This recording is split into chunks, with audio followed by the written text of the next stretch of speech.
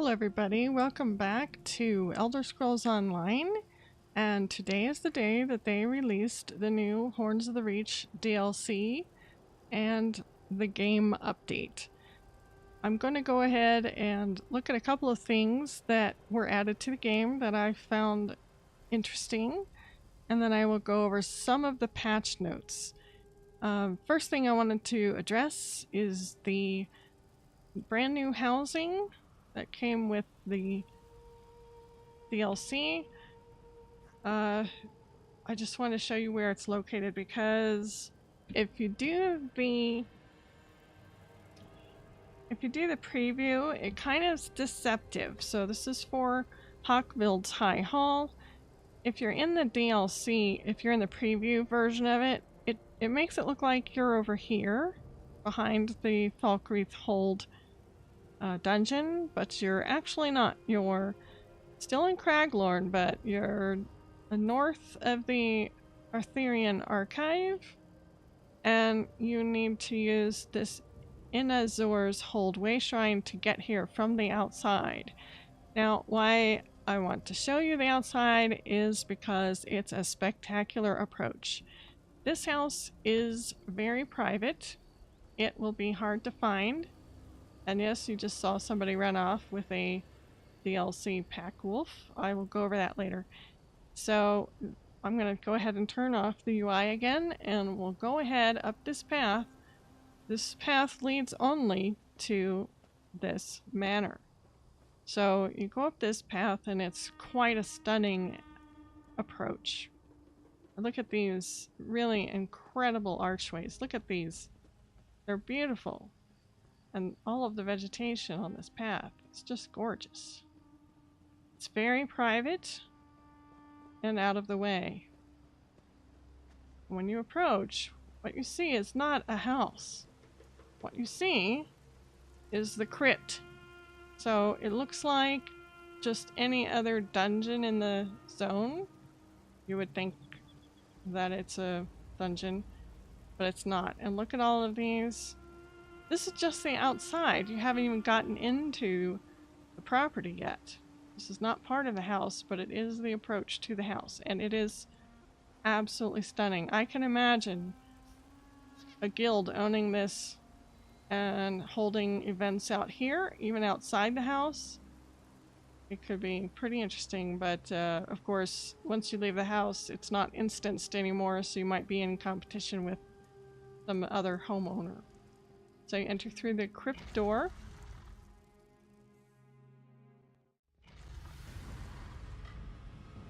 And of course, in the preview, this is where you start. So you're really not angled towards the door, but that is the exit. And to be honest, that is the only exit. So I've already done a preview of this. Nothing much has changed as far as the way it looks or the way it's furnished. But I just wanted to point that out. There's a couple other things that I wanted to point out. And you still come out here to the Barrow. Now down here is a gate. And guess what? The gate's locked. You can't get out.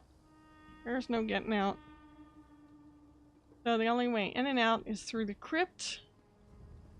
Kind of disappointing, because when you're looking over this wall, you see the big village and you want to go there, but that village might be tied to the dungeon, perhaps. The other thing that I wanted to point out that one of my viewers pointed out was that you can indeed get up into this tower. You cannot get up into that tower over there, because that door just... the door on this side goes to the inside, leads to that door that comes out. When you come here, you actually come through here, and there's a door right inside here, and when you go through that door, you're up on top of the tower, and this view is spectacular. I want to see that village. Oh, but I can't get out through that little gate. That is barred. I mean, this gate of ours is just right over here. So this whole section here, I just don't see any way to get into that section. It's all for looking at. So let's go over the pricing. I did already do a video showing furnished and unfurnished and all of that. So let's look at the price.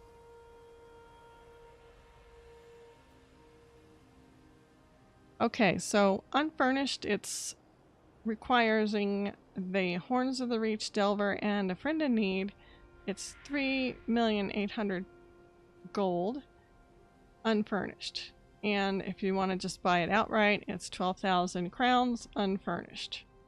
If you want to buy it furnished, it's 15,000 crowns. Okay? So that's that for the house that comes with this DLC. Let's look at a couple of other things.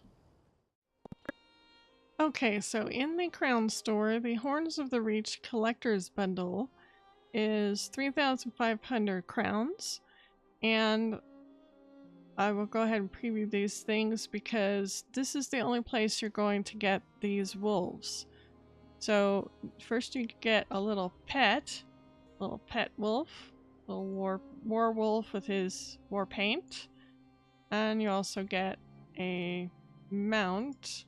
So you can see that mount that comes with the bundle. And let's see, do I have an opportunity? Yes, I do.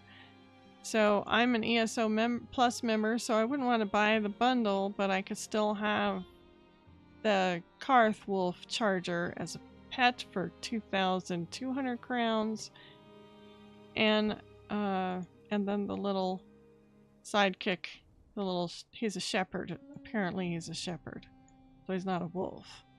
So you ride the wolf and you have the shepherd as a pet. Okay, so if you want the wolf or the pet, you can come straight down here into Mounts and Pets and get that pet that comes with it. So that's a good news for me because I didn't want to buy it when I already have it.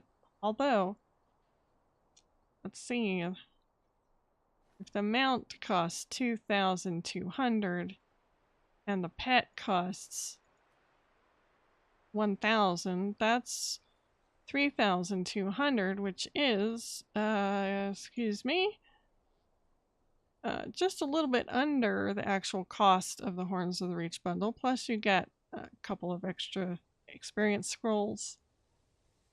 So I don't know, what do you think? Sounds like maybe it's a better deal if you want to get both of these animals to buy the actual bundle. You know, even if you're an ESO Plus member. Anyway, that's my thought on that. Let's see. So, of course, we do have just the Hag Ravens High Hall is the only home introduced at this point. We do have a new wardrobe. So the Falk Reef Thane wardrobe, let's preview that. Yeah, that's a bad preview. I have to take a hat off. Alright, let's take off my hat because I'm already overriding the appearance. Take that off. Alright, so let's try that again. Back into the Crown Store, let's preview this. So this is for a female. And I really do like this. I love the scroll work on the bracers and there's just a lot of detail. I love the metal shine on the horns. So it is nice. I'll probably get it, even though I don't have a Nord, really. But I do like that. Let's see, what else did we get?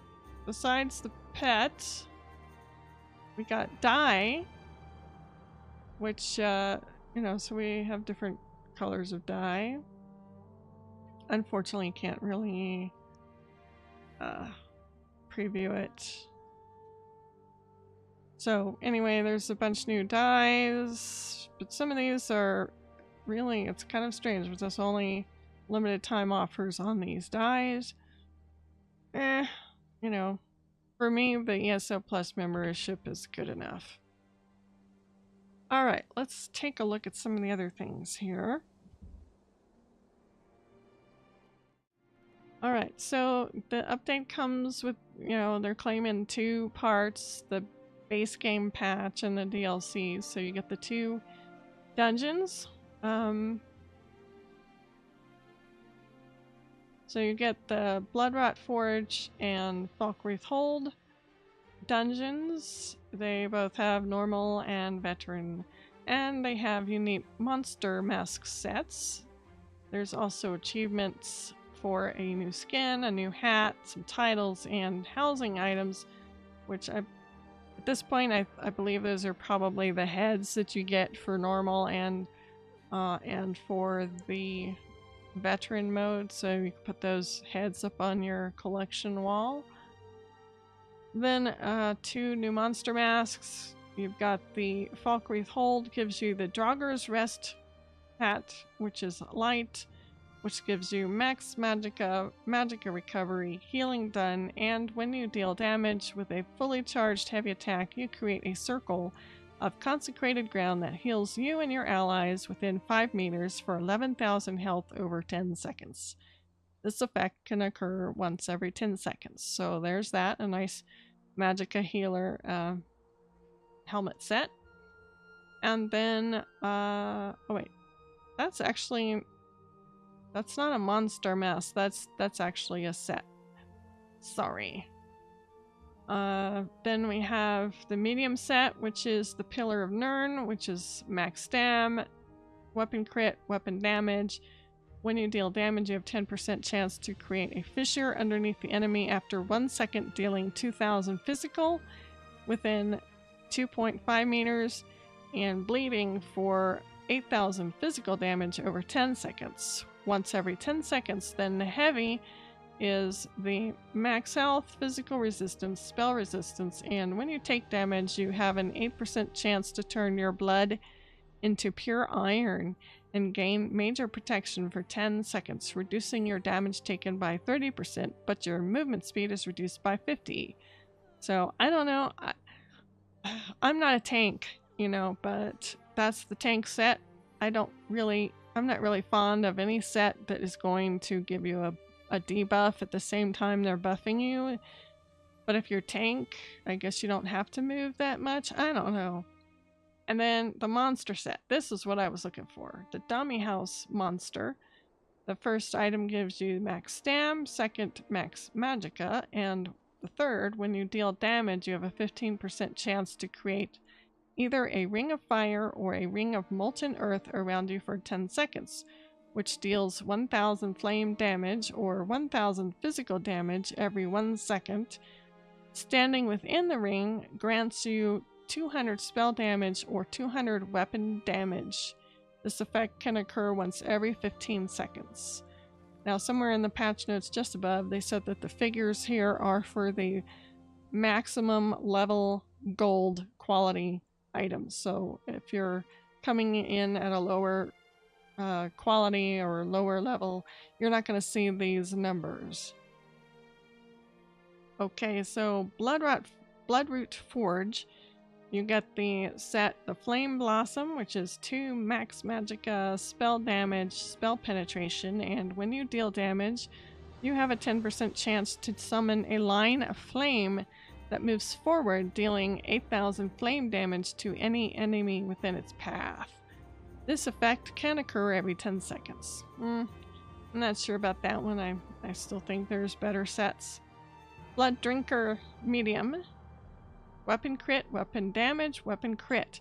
Increases the damage you deal with bleed damage over time effects by 20%. Okay, bleed is one of my favorite things for my stamina guys. I like to do the bleeds. Hag Ravens Garden is the heavy set for max health recovery, healing taken. When you take damage while under 50% health, you summon a preservation of nature around you for 5 seconds. Can anybody say warden? Anybody can be a warden now. So Any damage you take from enemies outside of the preservation is reduced by 50%, and the first time an enemy tries to enter the preservation, they are knocked back 5 meters. This effect can occur once every 45 seconds. Now that sounds kind of cool. That sounds kind of cool. And the monster set for this is the Earth Gore monster with healing done, and when you heal a friendly target that is under 50% health, you conjure a pool of quenching blood underneath them, which soaks up an enemy placed effect instantly and heals all friendly targets in the area for 30,000 health over 3 seconds. This effect can occur once every 35 seconds. Now that is a massive heal. Massive. But it doesn't happen often. So, but it's nice because it's not tied to a percentage of chance that it's going to happen. It's just going to happen once every 35 seconds. So that could be a good one for the healers. What else? They got the new Battleground modes, the Chaos Ball, which kind of looks like a game of tag. But the Chaos Ball, it's basically the team that holds on to it the longest gets the most points, but the Chaos Ball also is stacking healing and shield debuffs while you're holding it. So you kind of have to pass it around. So I don't know, it's kind of an interesting mode. And then the Arcane University is a battleground map in which you can play any of the game modes. So it's just a new map. Updates for medals and stuff like that. Let's see. There are no sigils in the Chaos Ball mode. That was the other thing. 3 new motifs. The Halalu, Redoran, and Telvanni motifs are now available in Vardenfell. These styles and their associated style items can be found by stealing from citizens of Vardenfell. So, if you're a thief, this is your activity right here. Get these motifs. Base game patches, quality of life, stuff about guilds, crafting. There was some good stuff about the crafting. So now you can cancel an active research if you want to start researching something else instead, but you will still lose the item that you were researching.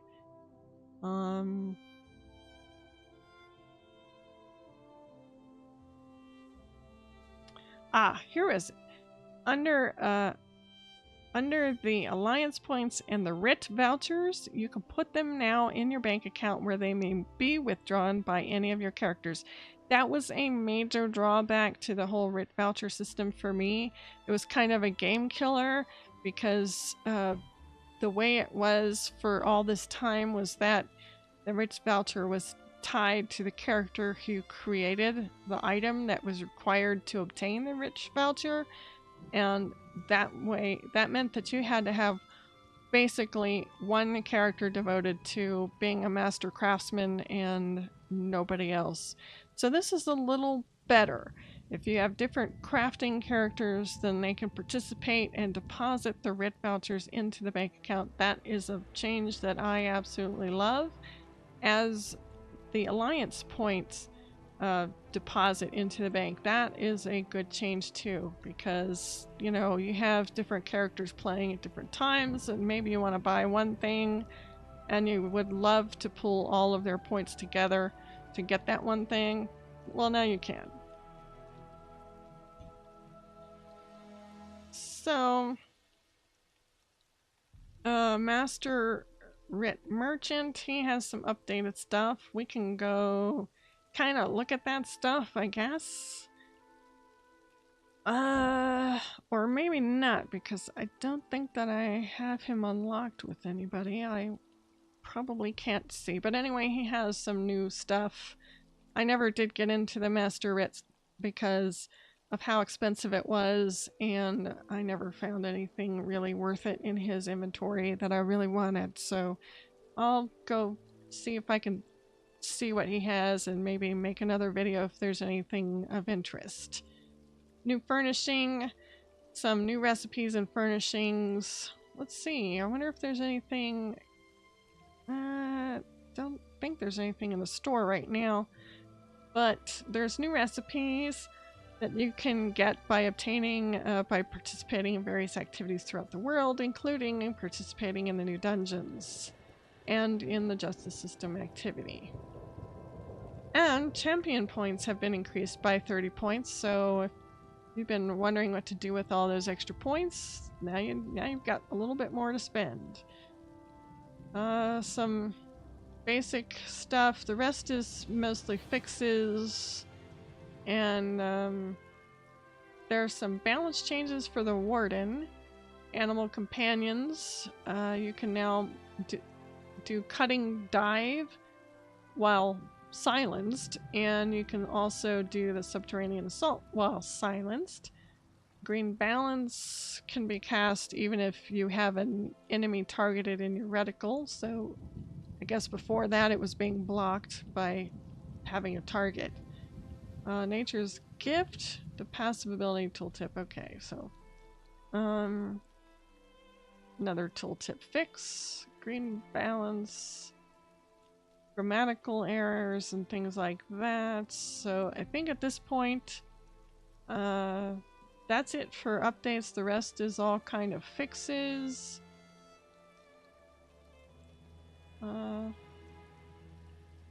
Yeah, most of this is fixes. So that's about it. I think this took a little bit longer. I'm sorry about that, but that's all I really want to go over for this patch. And so I do appreciate you sticking around long enough if you were here listening to me Babylon for ages here. Anyway, that's it. I hope that you enjoyed the video, that you got something out of it, and I will see you next time. Thank you, and have a good day.